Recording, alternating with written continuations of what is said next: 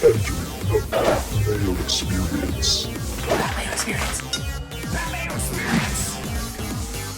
That Mayo Experience. Experience. Welcome to the Pat Mayo Experience, presented by DraftKings 2023 Rocket Mortgage Classic Picks. First look, course preview, the field where we're going to be breaking down all of the stats. Normally, the Listeners League is available as of right now. It is currently not available as of right now. Why, do you ask?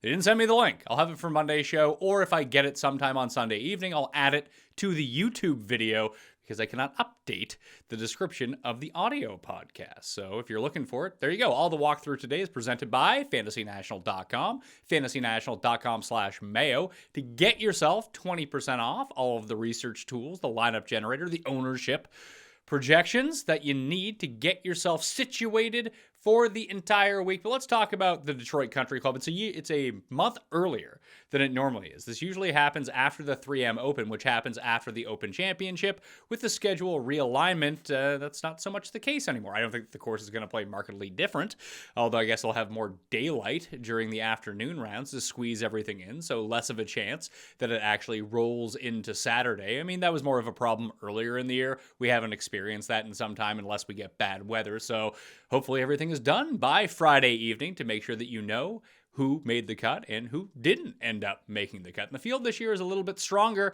than it's been in years past, and we'll talk about that when we do the modeling and try to assess what we want to do at the very top of the betting board or the DraftKings board and the different styles of rosters that we are going to try to construct, because there's 156 players in this field. So it's full field, top 65 and ties end up making the weekend at Detroit Golf and Country Club. And I guess we should just try to take a look. And shout out to our friends at ABC Detroit for uploading this flyover that is not old, although they did not update it in an HD format. So it looks like it's from like 2005. It's kind of creepy, the low quality of this. So it's not on me, it's on them. But thank you for uploading, because it's the only one that I could find that we can actually use. So let's jump over to that right now and take a look at this course. It's a super easy course by and large. Like the past winning scores, 3 of the past 4 years, it's only been in existence 4 years, minus 26, minus 23, minus 25. That was the year that Nate Lashley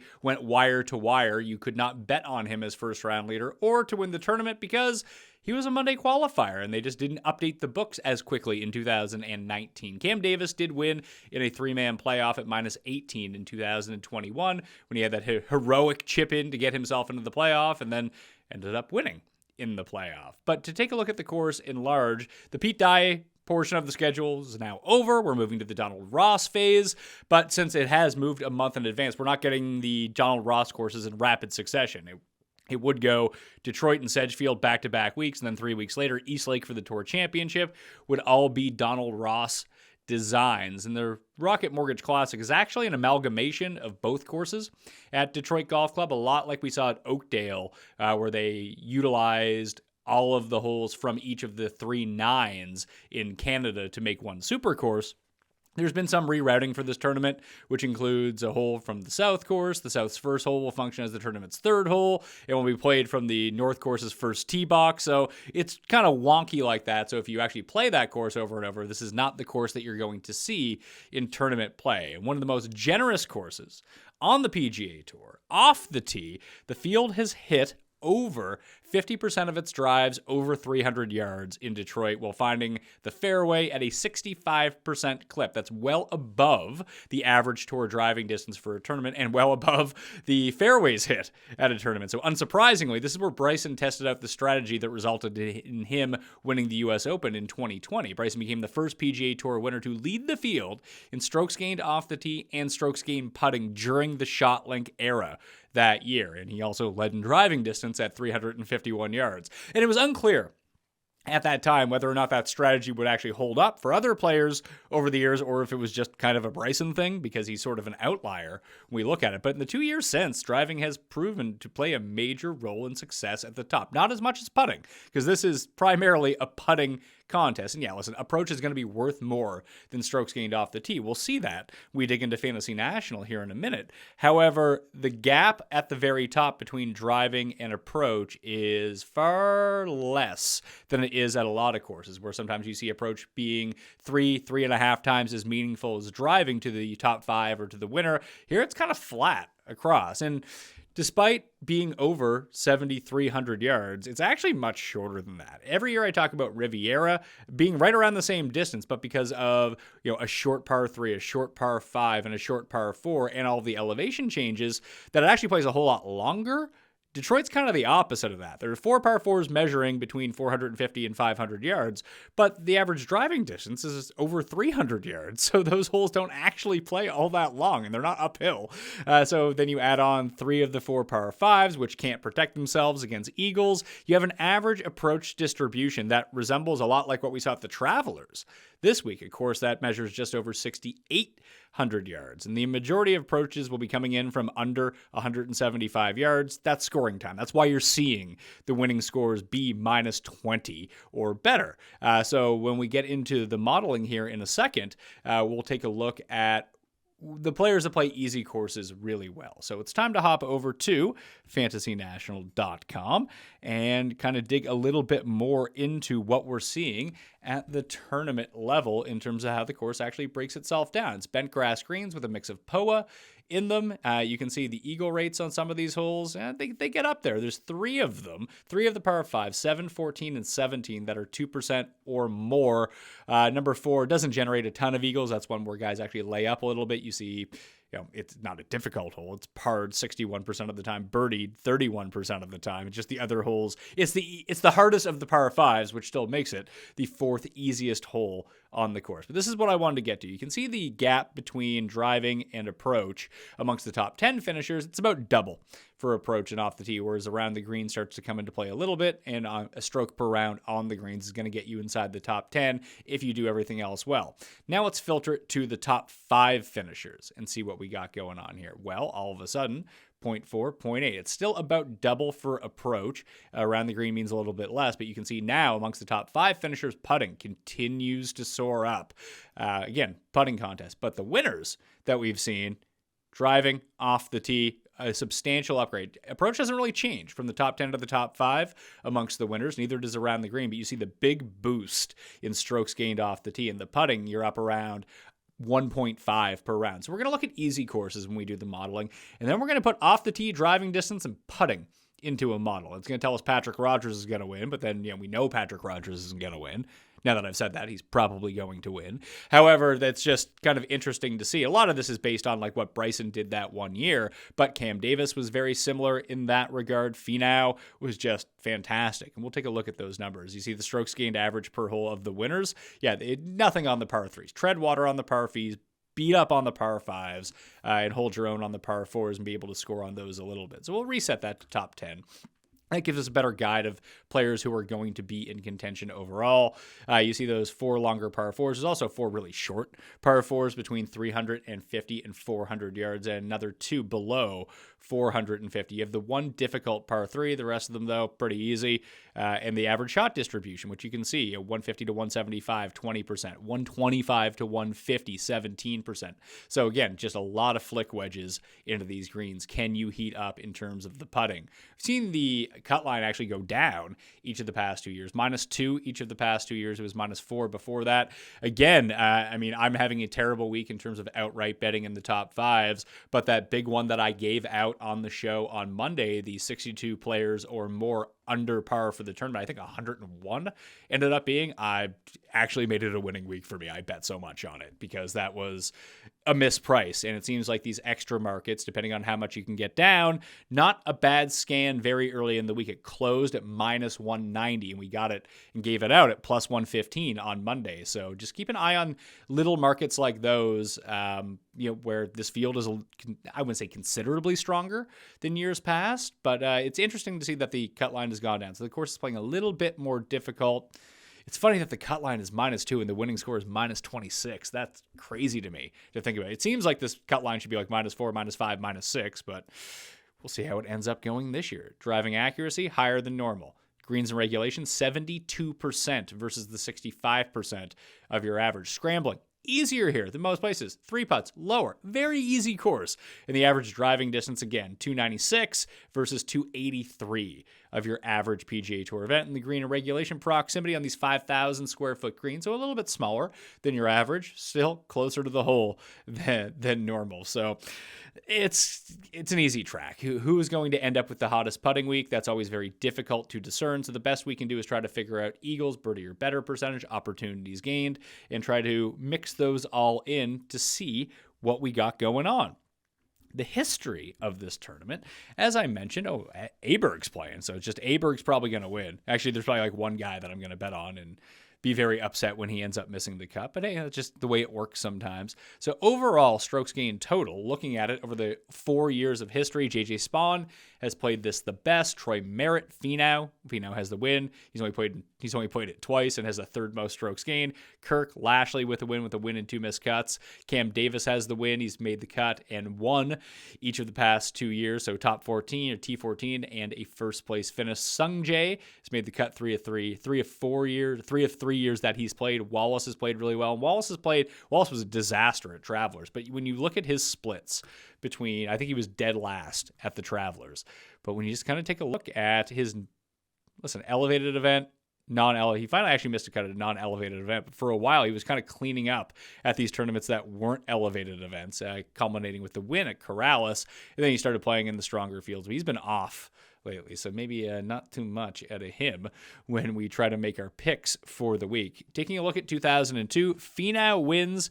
He was tied for the lead after a 64 on Thursday. It was the start of a consistent week that saw him card 4 rounds, 67 or better, so a lot of bonus points on DraftKings. 3 of the top 4 in strokes gained off the tee for the week, finished inside of the top 10, except for Chris Gotterup, who led the field in strokes gained off the tee and somehow came in 40th place, because that's what happens when you're Chris Gotterup. Cameron Davis, the year before, we saw with the win that was in the playoff against Merritt and Neiman. He shot 67-68 all 4 rounds. It's, again, the consistency. He was 5 back after Thursday. Each of the top 11 finishers gained strokes in both approach and putting. 5 of them gained at least 2 strokes in both categories. We talked about 2020. A lot of guys who went to live ended up playing really well at this tournament in 2020. He picked up 6 strokes on Sunday over Wolf by posting his best round of the tournament with a 65. That would be Bryson. He carded 67 or better all 4 days. 5 of the top 7 putters ended up inside the top 10, including a tournament best 8 strokes gained putting by Bryson. He also led in strokes gained off the tee. And then there's this weird Nate Lashley year. Lashley, Redmond, Brian Stewart, Brant Snedeker. What a tournament in 2020. In 2019, he was a shot clear of the field after Thursday because he shot a 63, and he just did that and kept moving on. 11 of the top 12 finishers in strokes gained putting in the field from 5 to 10 and 10 to 15 feet ended up inside the top 10. So Lashley was plus 9.2 cumulative in both those categories. So he just made all of his mid-range putts and went on his way. So if it's gonna be hard to back. I mean, we can always see bad putters become good putters all of a sudden, but you probably want to back someone who can make some putts at this tournament. It's funny because Finau ended up just destroying it. We've seen that from time to time where he just gets really hot with his putter. Go and take a look at the field overall. So the biggest players in the field, Ricky's gained the most strokes of anyone over the past 50 rounds. Let's just immediately shrink this down to past 12 to see who has the best form coming into play. It's probably still Ricky at this point coming into this tournament. We're seeing he's having another good week at the Travelers Championship. So you have C.T. Pan, who's played the Heritage and Donald Ross courses pretty well throughout the course of his career. Not a good Travelers Championship for him, almost suffering from Matt Wallace syndrome this week in Hartford. But Ricky's still number 1. You got Hubbard, Gim, Eckroat, Morikawa. The big names in the field this week at the very top. You got Finau has returned to defend. Hideki, Homa, Tom Kim, Sung Jae, JT, Morikawa, and Ricky. Keegan and English would likely be the next 2 up on that list. And then it's a lot of guys just kind of in the mid-tier of everything that's going on. But the top 10 in terms of strokes gained total for the past 12 rounds entering play: Fowler, Pan, Hubbard, Gim, Eckroat, Morikawa, Harris, English, Ben Ann, Lee Hodges, someone who I backed at this tournament last year. I think he was tied for the lead or one off the lead and then just had a disastrous Saturday. Andrew Putnam is 10th. Hideki, Straka, Shank, Rai, Suh, Andrew Novak. These stats will update after the Travelers Championship if you do want to go and check back. Let's check in on the custom model. See what we got cooking for, well, at least last year, and see how it was doing for us. Where's Rocket Mortgage? Detroit, Eastlake, Detroit. Okay. So what did we have for Detroit last year? We had a lot on the go. We had Eagles and par 5s at 5% apiece, par 4s 350 to 400, 10%. Opportunities gained. So scoring opportunities, 15%, putting 10%, just overall. Ball striking 5%, off the tee. So we have approach at 20%. I'm going to dial back approach to 10%. Because I already have opportunities gained at 15%, which is an approach stat, and jack up off the tee to 20% this time around. Proximity 125. Yeah, we just have a lot of approach stats in general, so we don't need to overweight strokes gained approach. So maybe that was something that I had done very poorly a year ago. Hell, we're going to dial back opportunities gained too, because we do have 2 proximity ranges, 125 to 150, 150 to 175 at 5% apiece. You can see we have putting 5 to 10 feet. So we're going to drop off the tee for a moment, add in 10 to 15 foot putting to go along with it. And then we're going to reintroduce strokes gained off the tee and see what that ends up leaving us. We wanted to weight that at 20%. And we'll go, call 5 to 10 feet, 8%, 10 to 15 feet, 7% plus. So it's a big weight on putting this week. We probably don't need it on the overall because we've just added another one. So we'll take away 5 from strokes gained putting, make that 5%, and go back to approach and call that 15%. So just a few tweaks here and there. See what that ends up giving us on the model this week. Hopefully it's going to be something good. Let's see. Ricky, Morikawa, Finau is my guess is the top 3. Maybe Keegan, because Keegan's playing some very good golf coming in. But over the past, this is 12 rounds we're looking at right now. CT Pan, Eckroat, and Yu. Is that Brandon Yu? Chen An Yu, Byun Hun, and Doug Gim. It's funny that we have all these putting stats actually weighted, and these guys still pop out to be all right. Who is the best from the 5 to 10 range? Lower English Champ, Percy, Carl Wan, Robbie Shelton, Justin Suh, Homa, O'Hare. I mean, the back end of this field is not strong. Morikawa actually good from that range and like the worst guy in the field from 10 to 15 feet. So let's try 10 to 15 feet. So Justin Suh, had a very poor Saturday at the Travelers, but continues to make cut after cut after cut. And you can see just how good the putting has been for him. You can see on bent, he's still good on bent. POA, he really cleans up. But just check out this putting stretch. Like at least 3 strokes gained putting in each of his past 4, and at least 3.3 in 7 of his past 8 events. I have no idea how the putting stroke is going at the Travelers Championship. If he's having a bad week, it might be a little bit all over the place. The issue with him is that he's just not going to gain a ton off the tee. The most he's gained off the tee at any tournament was the PGA Championship, which was more of an accuracy-based place. Ditto with the Honda Classic, another accuracy-based course. Coincidentally, his best ball striking week ever is the 1 week that he loses strokes putting. But you're generally seeing him break even at best. That might not be enough to cut it at this event, just based on how the history has gone. He'd really have to gain a lot of strokes off the tee. But we can rewind this a little bit and go past 24 rounds. Take a bit longer view. So, 12 rounds past 3 tournaments that these guys have played. Again, not factoring in what has happened at the Travelers Championship, because that will not get updated until ShotLink posts the data. So I'm guessing very late on Sunday evening or very early on Monday morning. So if we zoom out a little bit more past 24 rounds, it's Eckroat, Fowler, Hideki, Yu, and Ben Martin.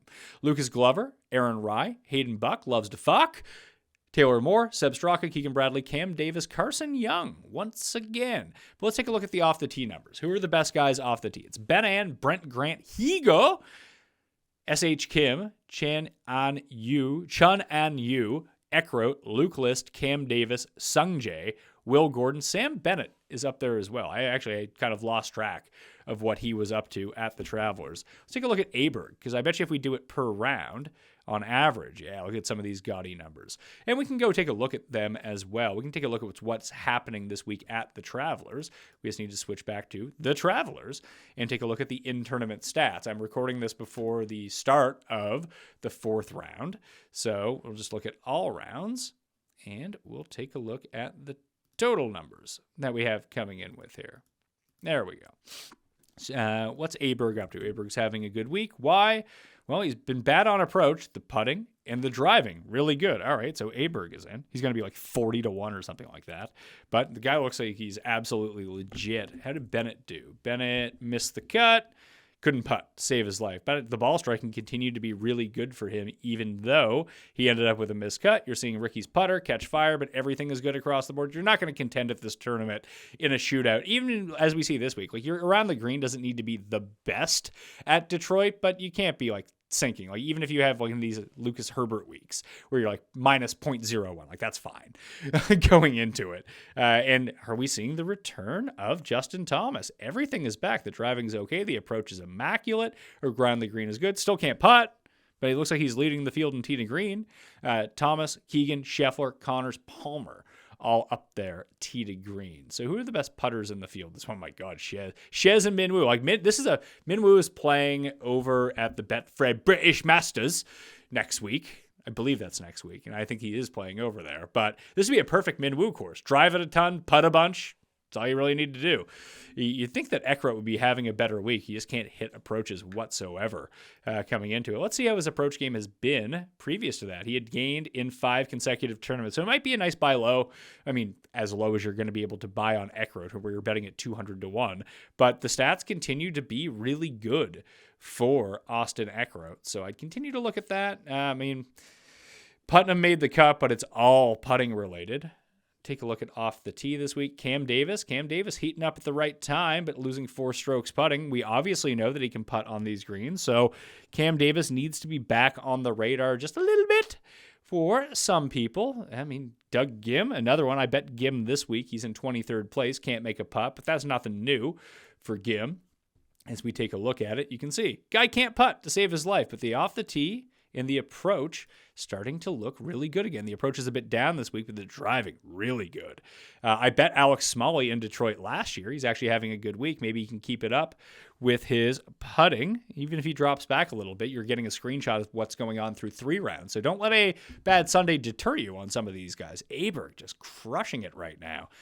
How did he hit his irons in Canada? Because I know he gained a bunch off the tee.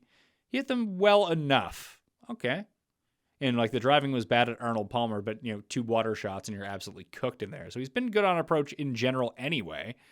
The chipping and putting, I mean, the chipping's really good this week. The putting has been kind of hit or miss, but the putting is good this week at the Traveler. So maybe another spot to give him some consideration. I wish Aaron Rai was having a better week. It's funny, 0 gained on approach. It is an elevated event, something he doesn't play often, but you can see at non-elevated events, which this is this week in Detroit, 7.4 strokes gained on approach, 8.2 strokes gained on approach. Both shorter courses, but again, I think that this one's going to play a little bit shorter and against the non-stacked competition like we saw at Memorial. So maybe we can go back to Aaron Rai again next week. Who else off the tee is having a week? Finau's having a great week everywhere besides putting. That probably means he wins by 100 strokes.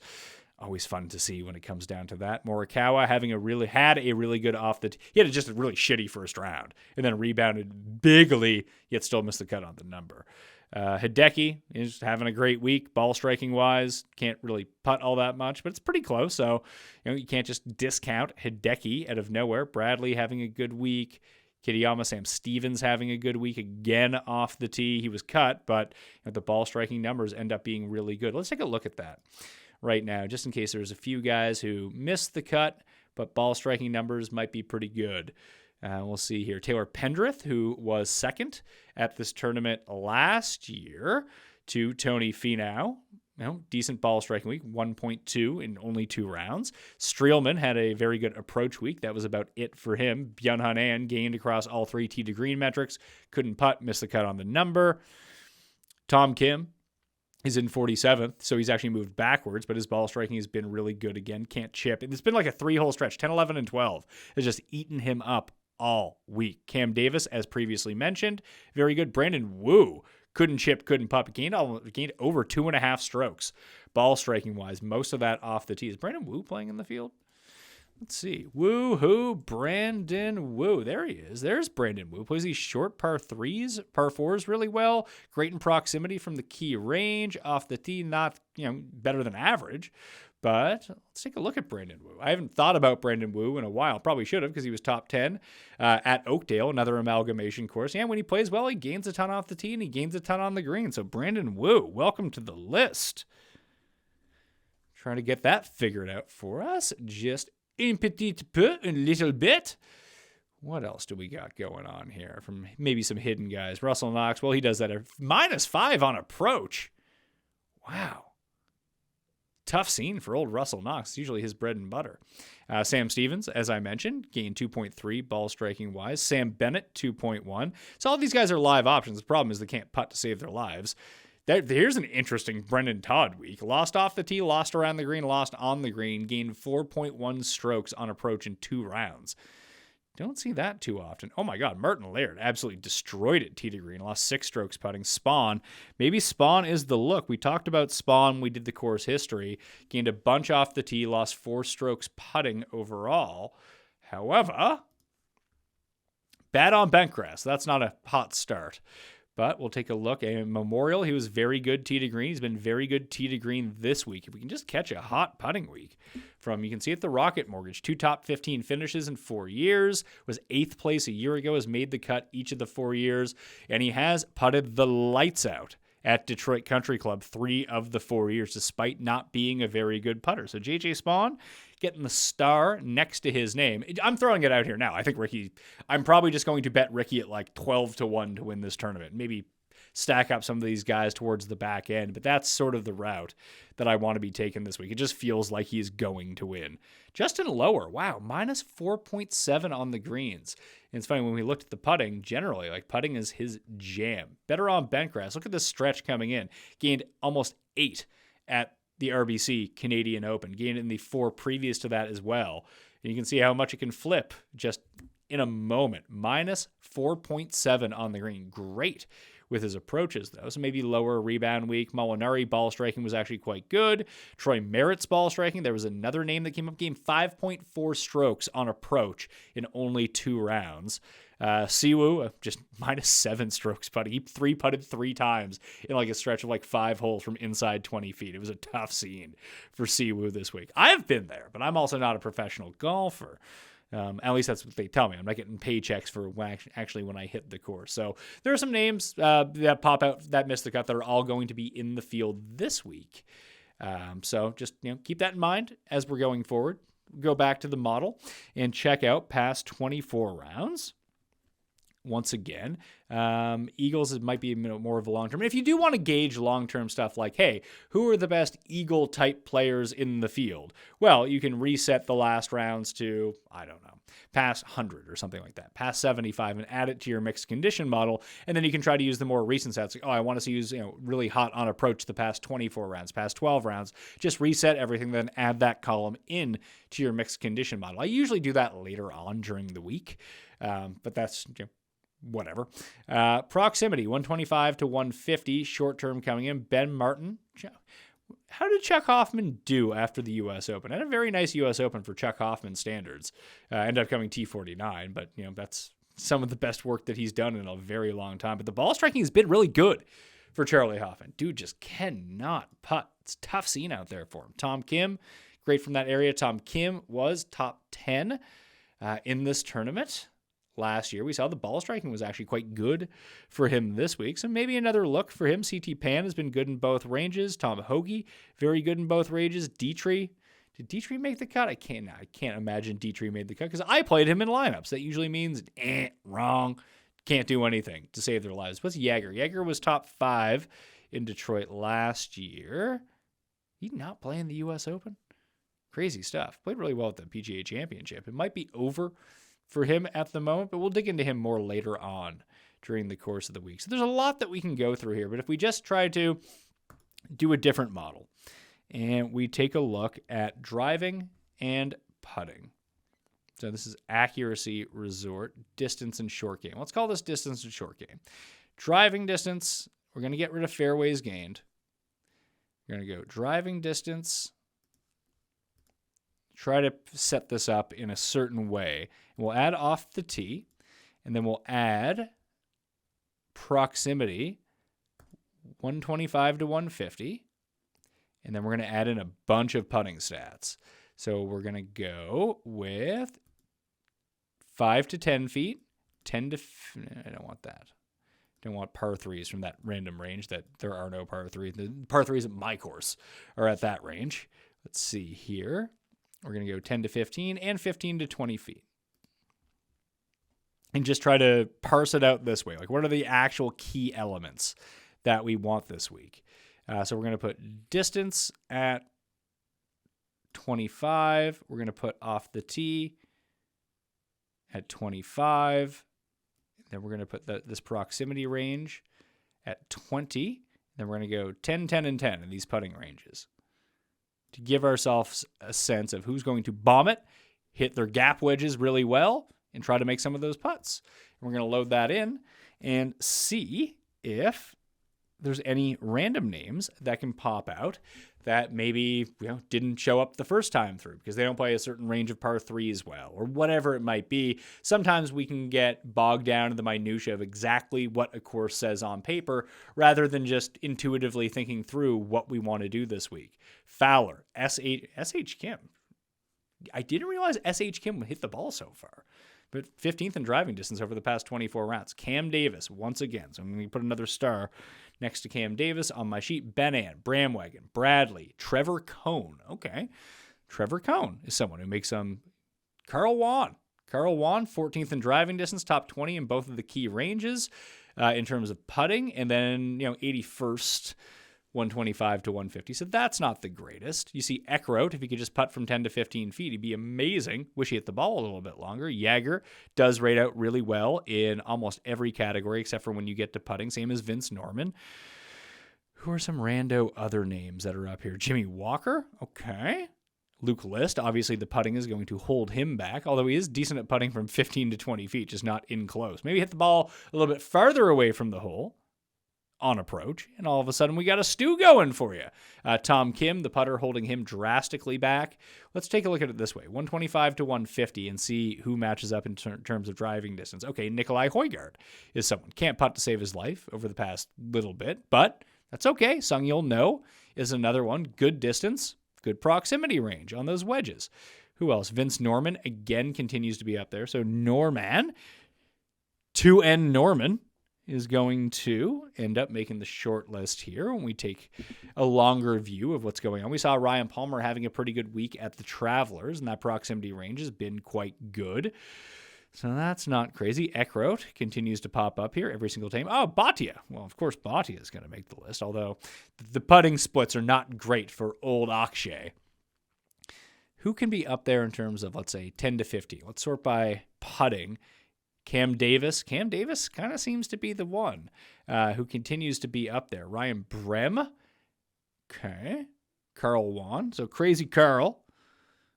Definitely getting a look this week. It's funny that Finau doesn't rank highly on any of these. We just go by driving distance. Ben Anna's second in driving distance. That's crazy to think of. Will Gordon, actually. If he could just hit a fucking wedge to save his life, he'd be fine here. Let's see, Davis Riley, Cam Davis. Where the hell is Finau? Is Finau just like, yeah, I'm not showing up for any of this. Just been playing poorly, especially in these key stats. We saw that he was doing all right at the Travelers, but yeah, it's been kind of a struggle for him. He played well at the U.S. Open. The driver has just been so hit or miss. When he finally drove it well in Mexico, it all came together for him, but the putting has just been a disaster across the board. Maybe this is a place where he can get it back going, but that seems like it's kind of doubtful at the moment, although this is a place where he won a year ago in terms of a back-to-back win, and we know that he can just get hot out of nowhere. So always keep that in mind when we're thinking about a lot of these things. Dietrich, Jaeger, Sung-Yul No, Nick Hardy all rate out pretty well, as does Seb Straka, Gordon Sargent, is another one. We see Bhatia distance in irons, Keegan distance in irons. Now we're getting towards like the bottom half of the field in terms of distance. Not that these guys are dead in the water by any means, but it seems like based on the historical profile that we're trying to look at, not exactly what we want to see this time around. I did say that we'd look at easy courses, so we are going to do that right now. Strokes gained easy. See who pops up over the past 24 rounds. Hell, let's change up the range a little bit, go to past 12 rounds, and just look at scoring relative to par, easy. Click on the filter, and now we're going to set it by average and take a look at strokes gained total. Bennett, Finau, Dietrich, Hoagie, Smalley, your top 5. So another check for Smalley as we continue to go through things. Bhatia up there as well. Højgaard. So we got to give Højgaard some credit here in terms of he showed up in the proximity range. He showed up in driving distance off the tee. It's the putting that's been a problem because he's losing 0.8 per round, not how you're going to contend at a birdie fest. Maybe you catch a hot week, but it seems like he'll be relatively undervalued. That is that's only 6 rounds of data because, RBC Canadian missed the cut, Memorial missed the cut. It's been a bad go for him. Let's take a look how he's been doing in Europe if he has been playing. Nicolai Højgaard last played that was his last start at the Canadian Open. So he has not been back over unless he is playing this week in Germany, which I am not sure whether he is or whether he is not. Played well at the Italian Open, played well at Punta Cana. So the total numbers are actually going to be out pretty well because Punta Cana played relatively easy. Duncan, Sungjae Fowler, Damon, Hadwin. Hopefully his ribs are okay after getting tackled. Tom Kim, Harry Hall. Another guy who just kind of continues to pop up, obviously played really well at Colonial. Horrible with his irons until he got to the Canadian Open, actually hit them quite well. But the dude is a putting sensation, chipping sensation. Wish he was better off the tee. That would probably help out a little bit more. But we can see that can be up there. Higo plays it pretty well. Jaeger plays it pretty well. Let's go to birdies or better. So scoring stats, birdies and bogeys. And we'll take a look at birdies or better gained on easy courses. Birdies or better gained, the best in the field, Duncan. And again, this is just on easy courses. Duncan, Hoagie, Palmer, Homa, Bhatia, Finau. Now we're getting some Finau in our life. Vince Norman, again, another check for Vince Norman. Kazire, JT, Fowler, Dietrich, Redmond, Dylan Wu. I mean, I like Brandon Wu. Apparently Dylan Wu is way better. Sam Ryder, Højgaard, Smalley again, Harry Hall, Byung-hun An, Tom Kim. So a lot of Tom Kim, a lot of Eckroat. There he is down there. A lot of Vince Norman. Bhatia continues to rear his head up at the top of some of these lists. So very interesting the way that we can go over some of these guys this week because honestly, as it tends to be the case with a lot of these tournaments, what's going to end up happening is you're going to have to pick your poison at the top and you're going to have to get lucky with which guy at the top ends up coming through for you. And that's where the luck factor is going to play. But I feel like we can nail some of the guys deeper down the board, maybe not for a win or even a top 10, but to finish inside the top 25 and score very well. I think we have considerable options this week in a field of 156, and maybe we'll get a good pricing on one or two guys, be able to jam them in, and then you can, in your DraftKings lineups, if you're playing a lot of multi-entry, you kind of spam the top, and that way you can expand your player pool of trying to get lucky between. Listen, if you're going to ask me between Finau, JT, and Morikawa, which one is going to play better, I have no idea. I mean, I never have any idea, but I seem incredibly lost at this point in the top when we get to one of these events. So the more shots that you can take and spread around the wealth at the top and really focus the bottom. When I talk it out with Tambo on Wednesday, I feel like that is where my strategy is going to lie in constructing both DraftKings lineups, maybe top 10 bets, top 5 bets, long shot winners, that kind of thing, where I can really hammer down. It's looking like it's going to be JJ Spawn and Vince Norman, crazy Carl Wan. I mean, Bhatia is just an auto bet for me every single week. One of these weeks he's going to putt, and one of these weeks he's going to win. Alex Smalley was another one. Eckroat continues to pop up. Cam Davis as an outright winner. I'm going to plant my flag with Ricky. At least that's where I feel like I'm going to go at this point. Things can always change. I doubt that Jeff is going to talk me out of Ricky bets on Monday, but this is what we've been waiting for. We keep talking about. We need him to play one of these weaker field events where he can go out and get that win that feels like it can be coming this week. So when we guess the odds for this tournament, I think that Ricky's going to be the second favorite. I do think that Finau will be the favorite. I have him coming in at 9-1. Ricky and JT, your next two, both at 12-1. Now that JT is actually hitting the ball well again, everyone's back in on JT. It's just got to happen. Colin Morikawa, 14-1. Hideki, 18-1. Homa, 20-1. Then I have Tom Kim and Sung Jae both at 22-1. Keegan at 28. English at 33. Now, if Keegan wins the Travelers, then all of a sudden he's like 18-1 or 20-1 or something like that. And he's going to lose his points. But I have it factored in with a good finish for him at the Travelers. Just not a win would give him 28-1. A win will obviously shrink those odds just a little bit. Again, the Listeners League is not available as of yet, but it'll be added once I get the link and will be available for Monday's Picks and Bet show with Jeff Feinberg. That will do it for me. Sub to Fantasy National. Smash like and sub to the channel and the audio podcast. All right? I'm Pat Mayo. I'll see you next time. Pat Mayo Experience! Experience!